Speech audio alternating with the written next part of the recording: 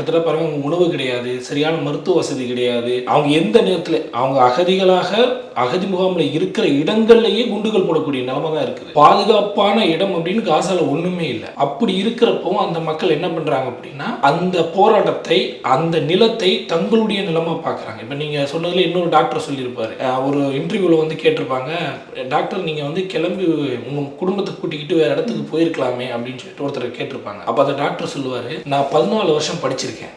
14 வருஷம் படித்தது அப்படின்றது என்னுடைய குடும்பத்தை காப்பாற்றி கொண்டு வேறு இடத்துக்கு போகிறதுக்காக தான் நான் 14 வருஷம் மருத்துவம் படித்தேனா? என்னுடைய நோயாளிகளை யார் பார்ப்பா? இந்த இடத்துல யார் வந்து மருத்துவம் செய்வார்? அப்போ நான் தான் இங்கே இருக்கணும். இதே மாதிரி இன்னொரு இடத்துல வந்து ஒரு பத்திரிகையாளர் சொல்லியிருப்பார், நான் ஏன் இங்கே இருக்கேன் அப்படின்னு என்கிட்ட எல்லாரும் கேட்குறாங்க, என்னை தவிர வேறு யாரால் இந்த இடத்துல இருந்து வேலை செய்ய முடியும் அப்படின்றப்ப இந்த மக்கள் மீதும் அந்த நிலத்தின் மீதும் அந்த போராட்டம் மீதும் அந்த மக்களுக்கு ஒரு அபரிமிதமான ஒரு பற்று இருக்குது. அதுதான் அந்த ஒரு போராட்டத்தினுடைய ஒரு பெரிய வீச்சு அப்படின்னு நான் பார்க்குறேன்.